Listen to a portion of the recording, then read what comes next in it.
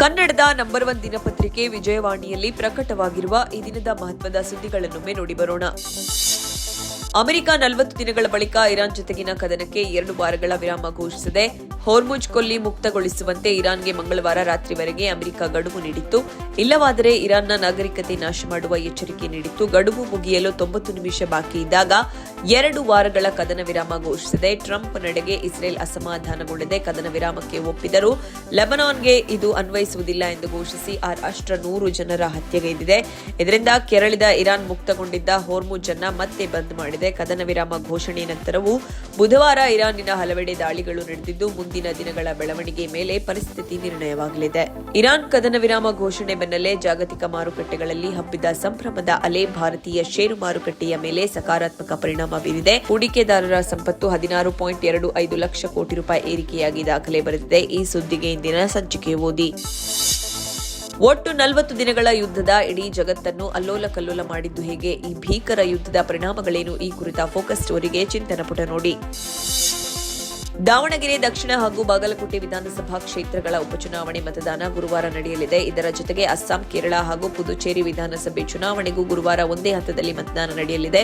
ಈ ಸುದ್ದಿಗೆ ವಿಜಯವಾಣಿ ಓದಿ. ಗುರುವಾರ ಮಧ್ಯಾಹ್ನ 3 ಗಂಟೆಗೆ ದ್ವಿತೀಯ ಪಿಯುಸಿ ಫಲಿತಾಂಶ ಪ್ರಕಟವಾಗಲಿದೆ. ಪರೀಕ್ಷಾ ಮಂಡಳಿ ವೆಬ್ಸೈಟ್ನಲ್ಲಿ ಫಲಿತಾಂಶ ಪ್ರಕಟಗೊಂಡ ಬಳಿಕ ಸಂಜೆ 6:15ಕ್ಕೆ ಶಿಕ್ಷಣ ಸಚಿವ ಮಧು ಬಂಗಾರಪ್ಪ ಸುದ್ದಿಗೋಷ್ಠಿ ನಡೆಸಿ ಫಲಿತಾಂಶ ಮಾಹಿತಿ ಹಂಚಿಕೊಳ್ಳಲಿದ್ದಾರೆ. ಈ ಸುದ್ದಿಗೆ ಸಮಸ್ತ ಕರ್ನಾಟಕ ಪುಟ ನೋಡಿ. ಮಹಿಳಾ ಮೀಸಲಾತಿ ಜಾರಿ ಹೊತ್ತಲ್ಲೇ ಪ್ರಧಾನಿ ನರೇಂದ್ರ ಮೋದಿ ನಾರಿ ಶಕ್ತಿ ಕುರಿತು ಲೇಖನ ಬರೆದಿದ್ದಾರೆ. ಈ ವಿಶೇಷಕ್ಕೆ ಚಿಂತನ ಪುಟ ನೋಡಿ. ಹೈಡ್ರೋ ಗಾಂಜಾ, ಸಿರಂಜ್ ಡ್ರಗ್ಸ್, ಎಂಡಿಎಂ ಸೇರಿ ಹಲವು ಮಾದಕ ವಸ್ತು ಈಗಾಗಲೇ ಯುವ ಪೀಳಿಗೆಗೆ ಮತ್ತೇರಿಸುತ್ತಿರುವ ಆತಂಕದ ನಡುವೆ ಇದೀಗ ಅಧಿಕೃತ ನಶೆ ಏರಿಸಿ ಗಂಟೆಗಟ್ಟಲೆ ನಿಂತಲೇ ನಿಲ್ಲುವಂತೆ ಮಾಡುವ ಹೊಸ ಜೊಂಬಿ ಡ್ರಗ್ಸ್ ಚಲಾವಣೆಗೆ ಬಂದಿರುವ ಭೀತಿ ಶುರುವಾಗಿದೆ. ಸಾಮಾಜಿಕ ಜಾಲತಾಣದಲ್ಲಿ ಹರಿದಾಡುತ್ತಿರುವ ಬೆಂಗಳೂರಿನ ಯುವಕನ ವಿಡಿಯೋ ಒಂದು ತೀವ್ರ ಆತಂಕ ಸೃಷ್ಟಿಸಿದೆ. ಈ ಸುದ್ದಿಗೆ ಸಮಸ್ತ ಕರ್ನಾಟಕ ಪುಟ ನೋಡಿ. ಪಶ್ಚಿಮ ಏಷ್ಯಾ ಸಂಘರ್ಷದಿಂದ ಜಾಗತಿಕ ಇಂಧನ ಪೂರೈಕೆ ಮತ್ತು ಆರ್ಥಿಕತೆ ಮೇಲೆ ಆಗಿರುವ ಪರಿಣಾಮಗಳನ್ನು ಗಮನದಲ್ಲಿಟ್ಟುಕೊಂಡು ಭಾರತೀಯ ರಿಸರ್ವ್ ಬ್ಯಾಂಕ್ ಬುಧವಾರ ಪ್ರಮುಖ ಬಡ್ಡಿ ದರಗಳಲ್ಲಿ ಯಾವುದೇ ಬದಲಾವಣೆ ಮಾಡದೆ ಯಥಾಸ್ಥಿತಿ ಕಾಯ್ದುಕೊಂಡಿದೆ. ಈ ಸುದ್ದಿಗೆ ಮನಿ ಮಾತು ನೋಡಿ. ಪಶ್ಚಿಮ ಏಷ್ಯಾ ಸಂಘರ್ಷದ ಹಿನ್ನೆಲೆಯಲ್ಲಿ ಜಾಗತಿಕವಾಗಿ ರಸಗೊಬ್ಬರ ಬೆಲೆ ಹೆಚ್ಚಳವಾಗಿರುವ ಹಿನ್ನೆಲೆಯಲ್ಲಿ ಈ ವರ್ಷದ ಮುಂಗಾರು ಹಂಗಾಮಿನಲ್ಲಿ ರಂಜಕ ಮತ್ತು ಪೊಟ್ಯಾಷ್ ಗೊಬ್ಬರಗಳ ಮೇಲಿನ ಸಬ್ಸಿಡಿಯನ್ನು 12% ಹೆಚ್ಚಿಸಲಾಗಿದೆ.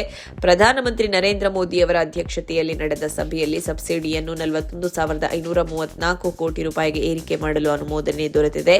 ಈ ಸುದ್ದಿಗೆ ದೇಶ ವಿದೇಶ ಪುಟ ನೋಡಿ. 8ನೇ ತರಗತಿಯ ಸಮಾಜ ವಿಜ್ಞಾನ ಪಠ್ಯಪುಸ್ತಕದಲ್ಲಿ ನ್ಯಾಯಾಂಗದಲ್ಲಿ ಭ್ರಷ್ಟಾಚಾರ ಎಂಬ ವಿಷಯದ ಕುರಿತ ಪಠ್ಯಕ್ಕೆ ಸುಪ್ರೀಂ ಕೋರ್ಟ್ನಿಂದ ಛೀಮಾರಿ ಹಾಕಿಸಿಕೊಂಡ ಬಳಿಕ ರಾಷ್ಟ್ರೀಯ ಶೈಕ್ಷಣಿಕ ಸಂಶೋಧನೆ ಮತ್ತು ತರಬೇತಿ ಮಂಡಳಿ ತನ್ನ ಪಠ್ಯಕ್ರಮ ಸಮಿತಿಯನ್ನು ಪುನರ್ರಚಿಸಿದೆ. ಈ ಸುದ್ದಿಗೆ ಇಂದಿನ ಸಂಚಿಕೆ ಓದಿ. ಉದಯೋನ್ಮುಖ ಆಟಗಾರ್ತಿ ವೈಷ್ಣವಿ ಆಡ್ಕರ್ ಮತ್ತು ಸಹಜ ಯಮಲಪಲ್ಲಿ ಸಿಂಗಲ್ಸ್ ವಿಭಾಗದಲ್ಲಿ ದಾಖಲಿಸಿದ ನೇರ ಸೆಟ್ ಗೆಲುವಿನ ಬಲದಿಂದ ಆತಿಥೇಯ ಭಾರತ ತಂಡ ಬಿಲ್ಲಿ ಜೀನ್ ಕಿಂಗ್ ಕಪ್ ಮಹಿಳಾ ಟೆನ್ನಿಸ್ ಟೂರ್ನಿಯ ಓಷಿಯಾನಿಯಾ ಗ್ರೂಪ್ 1ರ 2ನೇ ಪಂದ್ಯದಲ್ಲಿ ನ್ಯೂಜಿಲೆಂಡ್ ಎದುರು 3-0 ಅಂತರದಿಂದ ಜಯ ದಾಖಲಿಸಿದೆ. ಈ ಸುದ್ದಿಗೆ ಕ್ರೀಡಾಪುಟ ನೋಡಿ. ಕನ್ನಡ ಸಿನಿಮಾಗಳಲ್ಲಿ ಬೆಂಗಳೂರು ಹಾಗೂ ಸುತ್ತಮುತ್ತ ನಡೆಯುವ ಕಥೆಗಳೇ ಹೆಚ್ಚು. ಅದರ ನಡುವೆಯೂ ಇತ್ತೀಚಿನ ದಿನಗಳಲ್ಲಿ ಉತ್ತರ ಕರ್ನಾಟಕದ ಜವಾರಿ ಸೊಗಡಿನ ಸೋಮು ಸೌಂಡ್ ಇಂಜಿನಿಯರ್ ಕಟೋ, ಕರಟಕದ ಮನಕ, ಕರಾವಳಿಯ ಸೂಫ್ರಂಸೋ, ಅಧಿಪತ್ರ, ಜೈ, ಮುತ್ಸೆಗಂಧ ಸೇರಿ ಹಲವು ಪ್ರಾಂತೀಯ ಸಿನಿಮಾಗಳು ಬಂದಿವೆ. ರೊಮ್ಯಾಂಟಿಕ್ ಸಾಂಗ್ ಅಥವಾ ಆಕ್ಷನ್ ಸನ್ನಿವೇಶಗಳನ್ನು ಚಿತ್ರೀಕರಣಕ್ಕೆ ಮಾತ್ರ ಮಲೆನಾಡು ಸೀಮಿತ ಎಂಬಂತಿತ್ತು. ಆದರೆ ಇತ್ತೀಚಿನ ದಿನಗಳಲ್ಲಿ ಗಾಂಧಿನಗರದ ಮಂದಿಗೆ ಮಲೆನಾಡಿನ ಮೇಲೆ ವಿಶೇಷ ಪ್ರೀತಿ. ಹಾಗಾಗಿ ಸಾಲು ಸಾಲು ಮಲೆನಾಡಿನ ಕಥೆಗಳನ್ನು ತೆರೆಯ ಮೇಲೆ ತರುತ್ತಿದ್ದು, ಅದರಲ್ಲಂತೂ ಥ್ರಿಲ್ಲರ್ಗಳೇ ಹೆಚ್ಚು ಎಂಬುದು ಮತ್ತೊಂದು ವಿಶೇಷ. ಈ ಸುದ್ದಿಗೆ ಉಲ್ಲಾಸ. ನಮಸ್ತೆ ಬೆಂಗಳೂರು ನೋಡಿ.